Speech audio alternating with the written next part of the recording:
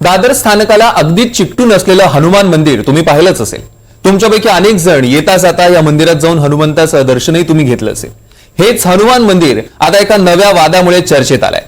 Railway प्रशासनानं याच मंदिराच्या विश्वस्तांना नोटीस बजावली आणि या नोटिशीनंतर सुरू झालेल्या राजकीय वादाचा आढावा घेऊयात आमच्या विशेष रिपोर्टमध्ये।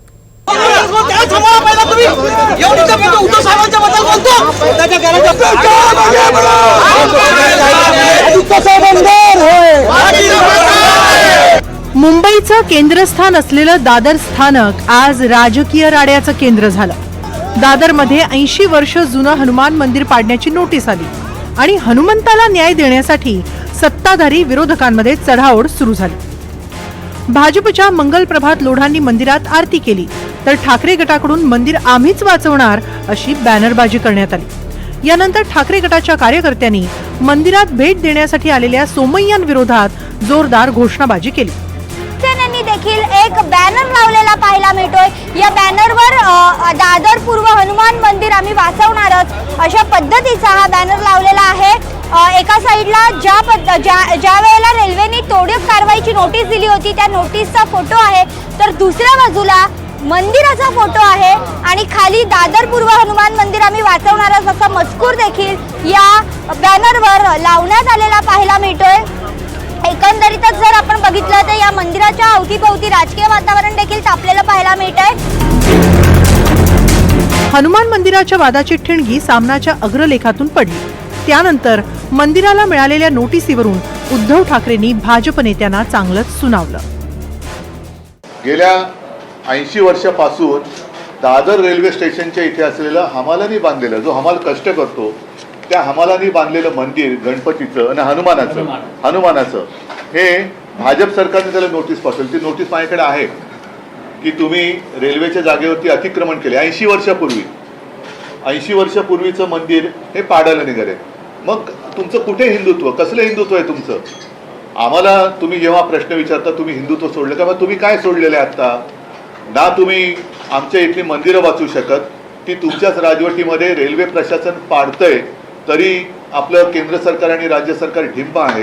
तसंच माझं म्हणणं आहे की यांचं हिंदुत्व हे मतांपुरतं आहे। फक्त हिंदूंची मतं पाहिजेत, त्यांना भयभीत करायचं, त्यांना घाबरवायचं, त्यांची मतं घ्यायची आणि आल्यानंतर स्वतःच त्यांची आता मंदिरं पाडायला निघाले ती लोक। मग यांचं हिंदुत्व कुठे? आता कुठे गेलं यांचं हिंदुत्व? म्हणजे आता मंदिरं कुठे सेफ आहेत? अगदी बांगलादेशात पण नाही आणि आपल्या मुंबईत पण नाही आहेत। म्हणजे एक आहे तो सेफ आहे, ते कुठे मंदिरं कुठे सेफ आहेत? दादर रेल्वे स्थानकाच्या पूर्व भागात हनुमानाचं मंदिर आहे। हे हनुमान मंदिर स्थानिक हमालांनी 80 वर्षांपूर्वी उभारलं होतं। 4 डिसेंबरला रेल्वे प्रशासनाने मंदिराचे विश्वस्त आणि पुजारी यांना नोटीस बजावली। मंदिर रेल्वेच्या जमिनीवर अतिक्रमण करून बांधण्यात आलं असून मंदिरामुळे प्रवासी आणि वाहनांच्या वाहतुकीला अडथळा होतोय। तसंच दादर स्थानकातील पायाभूत सुविधांच्या कामातही अडथळा निर्माण होत असल्याचं रेल्वे प्रशासनानं नोटीसीत म्हटलंय। कोणाचं काय म्हणणं आहे हे आम्हाला अजून काही माहिती नाही, परंतु फक्त कागदी घोडे इथे नाचवले जातात। एक साधारण 4 वर्षापूर्वी अशाच प्रकारचा एक कागद आमच्याकडे रेल्वेच्या काही अधिकाऱ्यांनी, रेल्वेचं नाही कुठली तरी प्राधिकरण आहे त्यांनी पाठवला। त्यावेळेसचे तत्कालीन खासदार श्री राहुल शेवाळे, त्यावेळेसचे तत्कालीन नगरसेवक अमेय घोले यांनी सुद्धा त्याचा निषेध केला आणि त्याप्रमाणे तेही नोटीस त्यांनी परत घेतली। आज निवडणुका झाल्या, निर्णय आले आणि बॉम्बस्फोट पडला। आता ही नोटीस पुन्हा आम्हाला आली। आम्ही सध्याचे जे खासदार आमचे आहेत अनिल देसाई त्यांच्याकडे ही नोटीस दिली। त्यांनी त्यांच्याप्रमाणे जे रेल्वे मिनिस्टर आहेत त्यांनाही आपलं निवेदन दिलेलं आहे। दरम्यान उद्धव ठाकरेंच्या टीकेनंतर भाजप नेते खडबडून जागे झाले। किरीट सोमय्यांनी थेट रेल्वे प्रशासनाला पत्र लिहिलं तर मंगलप्रभात लोढांनी मंदिरात जाऊन आरती केली आणि रेल्वे प्रशासनाच्या आदेशाला स्थगिती दिल्याचंही लोढांनी सांगितलं। मी आणि आमचे अध्यक्ष आशिष सलाडजी आणि विश्व हिंदू परिषदचे आणि बजरंग दलचे सर्व नेते स्वतः अश्विनी व्याससाहेब साहेबांशी बोलले। ते स्थानिक जे जनरल मॅनेजर आहे मीना साहेब त्याच्याशी बोलले। काल एक प्रतिनिधी मंडळ विश्व हिंदू परिषद बजरंग दलच्या रेल्वेचे सर्व अधिकाऱ्यांना भेटला होता विटीमध्ये आणि त्याने कालने आजमध्ये सर्व पेपरची तपासणी करून आज स्टे ऑर्डर जारी केलेला आहे. आपण समजू शकता की कानूनमध्ये एक प्रोसेस असता, काय एक नोटीस झाला तर पूर्वी त्याने स्टे करावा लागता, नंतर ते तपासणी करून ते ऑर्डर कॅन्सल करता. आज हे फर्स्ट स्टेज पूर्ण झाली आहे. आता मंदिरच्या काय होणार नाही, मंदिरमध्ये पूर्वीप्रमाणे आरती आणि धर्म आराधना सुरू राहणार आहे. दुसरीकडे ठाकरेंनी केलेल्या आरोपांनंतर नवनीत राणांनीही तातडीनं या प्रकरणात उडी घेतली. उद्धव ठाकरेंना जनाब असं म्हणत राणांनी जुन्या आठवणींना उजाळा दिला.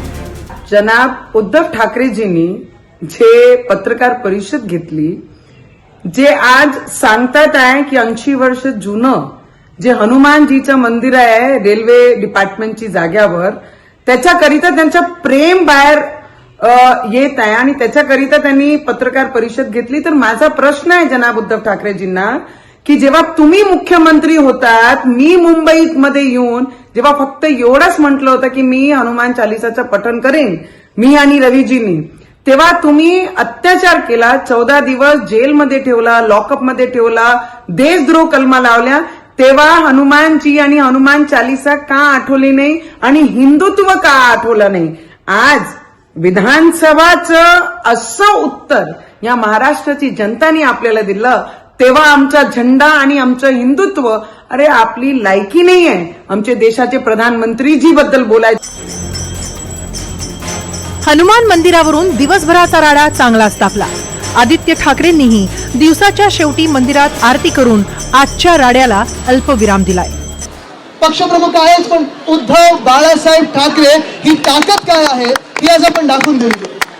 आणि ती ताकद दाखवून देत असताना अजून एक दाखवलेलं आहे की आपल्या धर्माचा प्रचार करत असताना, आपल्या धर्माचा पुरस्कार करत असताना दुसऱ्या धर्माचा तिरस्कार करण्याची गरज नसते, दुसऱ्यांवर चालून जाण्याची गरज नसते.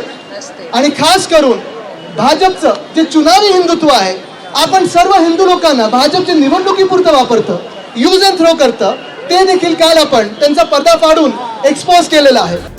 2022 मध्ये राज ठाकरेंच्या सभेनंतर मशिदीवरील भोंगे आणि हनुमान चालिसा प्रकरणानंतर आता हनुमान मंदिराचा मुद्दा मुंबईच्या राजकारणात आलाय.